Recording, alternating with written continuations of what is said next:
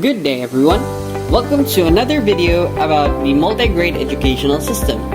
So, multigrade instruction will likely continue to be a significant feature of the educational system of most Southeast Asian countries in order to resolve issues of access to educational opportunities, bringing countries closer to realizing education for all goals.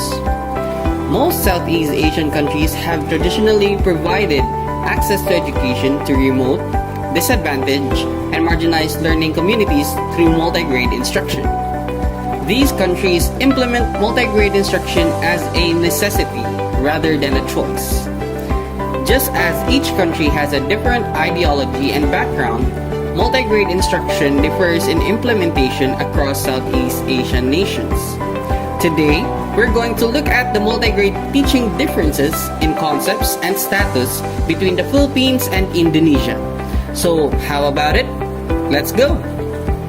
So first, let's go by their definition of multigrade teaching. In the Philippines, a multigrade program or class is defined as a class of 2 or more grades under one teacher in a complete or an incomplete elementary school with a minimum of 8 pupils and a maximum of 35 pupils. On the other hand, according to NOR 2010, the definition of Indonesia of multigrade teaching is the teaching of students of different levels, ages, and abilities in one room at the same time. In multigrade teaching, a teacher teaches more than one grade or class at the same time, either in different classrooms or in the same room that is divided by a partition. Now, let's move forward to their policy support. Existing policies and programs continue to support multigrade teaching in both the Philippines and Indonesia. These educational policies are stipulated in constitutional mandates on education, in national strategic plans, and in educational acts, among others. In the Philippines, official Department of Education, or DepEd orders, exist to support multigrade instruction with regards to improving access to education by providing complete grade levels through combination or multigrade classes, implementing policies and guidelines on organizing and operating multigrade classes, strengthening the implementation of the multigrade program in the country, providing special hardship allowances to multigrade teachers, conducting searches for the best multigrade teachers, and holding a national summit for multigrade teachers. Meanwhile, in Indonesia, policies address special circumstances such as a ministry decree to develop small island, border, and remote schools was passed. Multigrade teachers are covered in policies on teacher incentives, improvement, certification, awards, and protection, as well as material support and inclusion of multigrade students when granting scholarships or grants. Okay, now that we've seen their policy support on multigrade instruction, let's head on to their organizational form, which is among the number of factors that affect the quality of teaching and learning in the multigrade classes. The Philippine multigrade classrooms have mixed ability groups by grade level. This means that a classroom might be composed of grades 1 and 2, grades 3 and 4, or grades 5 and 6. Sometimes only grades 2 and 3 and grades 5 and 6 are combined. The same time with the Filipinos, the Indonesia multigrade classroom also has students organized in mixed ability groups. For instance, grade 4 is mixed with grade 6.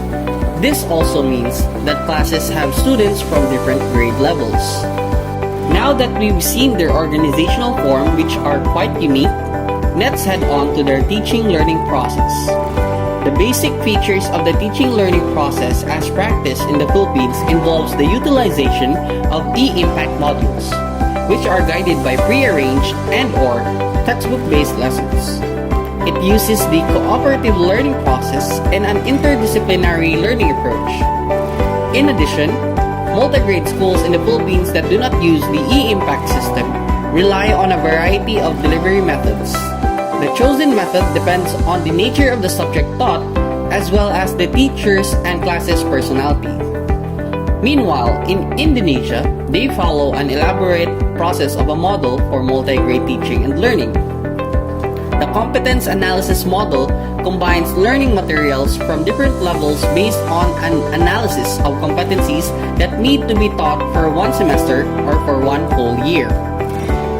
It also involves mapping the theme for related competencies, developing a syllabus, and planning lessons. Moreover, the poor social status of most students' parents in Indonesia and with the economy of the community dependent on agriculture, the local community helps by sharing skills and expertise to help students learn entrepreneurship while non-government organizations provide financial and material support. And so on. Speaking of their poor social status and the financial and material support they are receiving from non-government organizations, let's head on to their learning environments and facilities.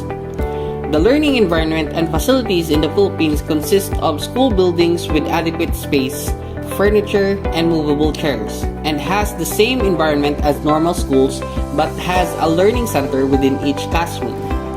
The learning environment and facilities in Indonesia, however, make use of natural laboratories, recycled materials, and movable facilities as well as maximum use of open spaces. Now moving forward, let's tackle the nature of multigrade curricula in both countries. In terms of curriculum development and implementation, both countries vary greatly in nature. While the Philippines have multigrade schools that follow the national curriculum, in Indonesia, the teacher contextualizes his or her own curriculum based on a national curricular framework that is given. Hence, the assessment is made based on competencies developed on the basis of school-based curriculum, and national examination as conducted based on the national curriculum standards.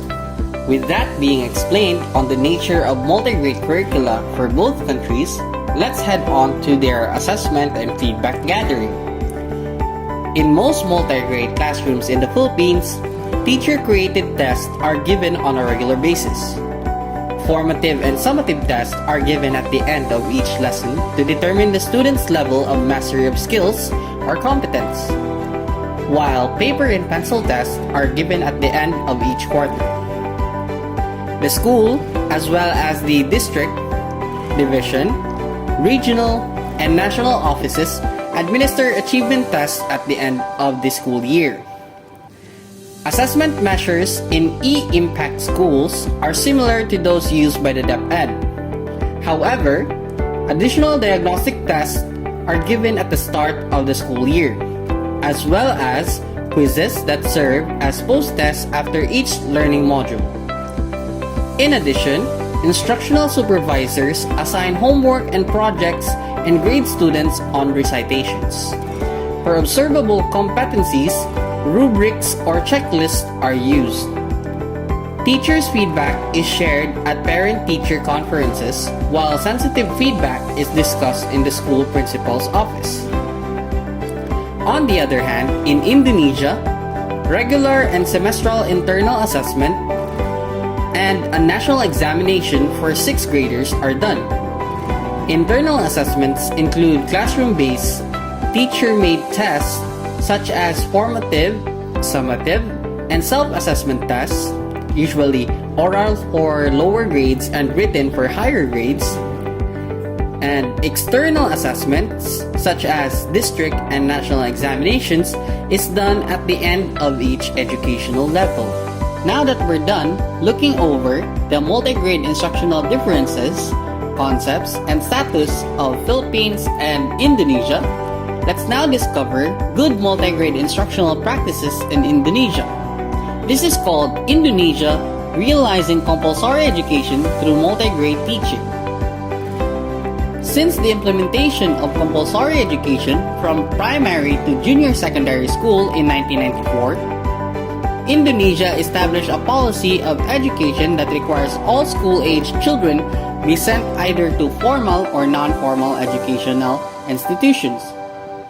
In an attempt to eradicate illiteracy, to reduce the dropout rate, and to accomplish compulsory educational goals, Indonesia developed 3 different stages of multigrade teaching approaches for primary education.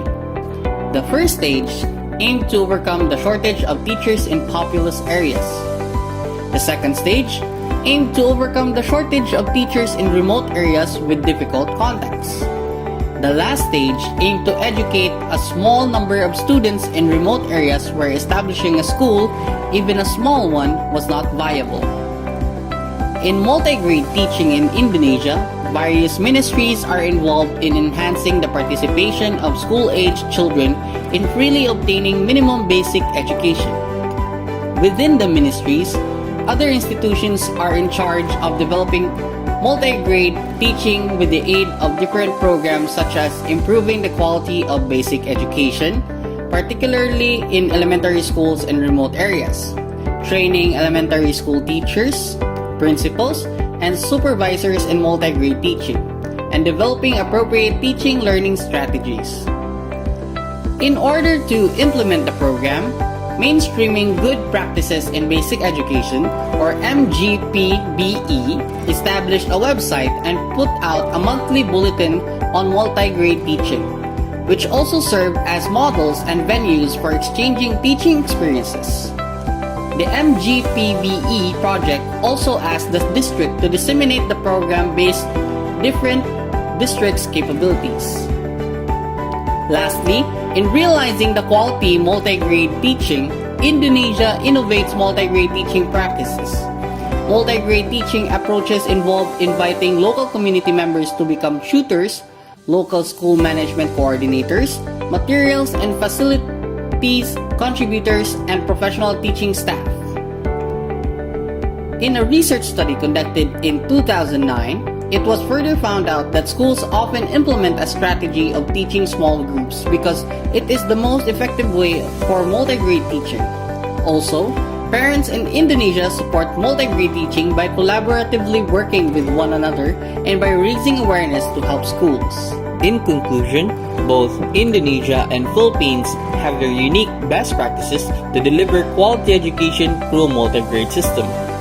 Also, their unique status and concepts, as well as teaching strategies, all contribute to the goal education for all. Thank you again for listening to this informative video about the multigrade system of education. See you again next time!